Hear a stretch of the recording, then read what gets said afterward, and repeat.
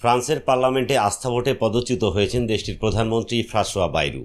সোমবার তাকে অপসারণ করার পক্ষে ভোট দিয়েছেন ফরাসি পার্লামেন্টের বেশিরভাগ সদস্য। প্রধানমন্ত্রী বাইরুকে পরাজিত করতে তার বিপক্ষে ভোট পড়েছে ৩৬৪টি। অপরদিকে তাকে প্রধানমন্ত্রী পদে রাখার পক্ষে ভোট দিয়েছেন পার্লামেন্টের ১৯৪ জন সদস্য। এই পরাজয়ের অর্থ হল মঙ্গলবার বাইরু তার সরকারের পদত্যাগপত্রে প্রেসিডেন্ট ইমানুয়েলের মাখোর কাছে জমা দেবেন। প্রেসিডেন্টের দপ্তর জানিয়েছে, নতুন প্রধানমন্ত্রী নিয়োগের বিষয়টি আগামী কয়েকদিনের মধ্যেই হবে। এভাবে ফ্রান্স ২ বছরেও কম সময়ে পঞ্চম প্রধানমন্ত্রীর দিকে এগোচ্ছে।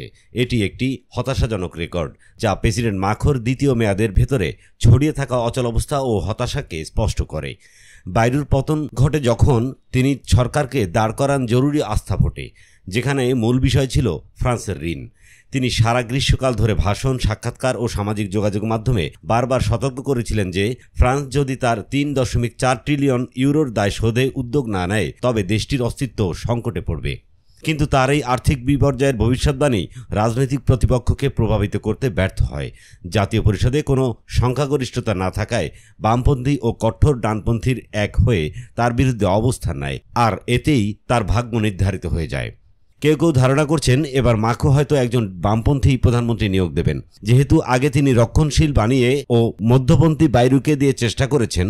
তবে সমাজতান্ত্রিক দল স্পষ্ট জানিয়েছে তারা মাখোর ব্যবসাবান্ধব নীতির সঙ্গে কোনোভাবেই চলতে রাজি নয়। ফলে আপাতত মনে হচ্ছে মাখো তার নিজের রাজনৈতিক শিবির থেকেই নতুন প্রধানমন্ত্রী নেবেন। প্রতিরক্ষামন্ত্রী সেবাস্তিয়ান লেকর্নু, শ্রমমন্ত্রী ক্যাথরিন ভোট্রো ও অর্থমন্ত্রী এরিক লাম্বারের নাম আলোচনায় রয়েছে।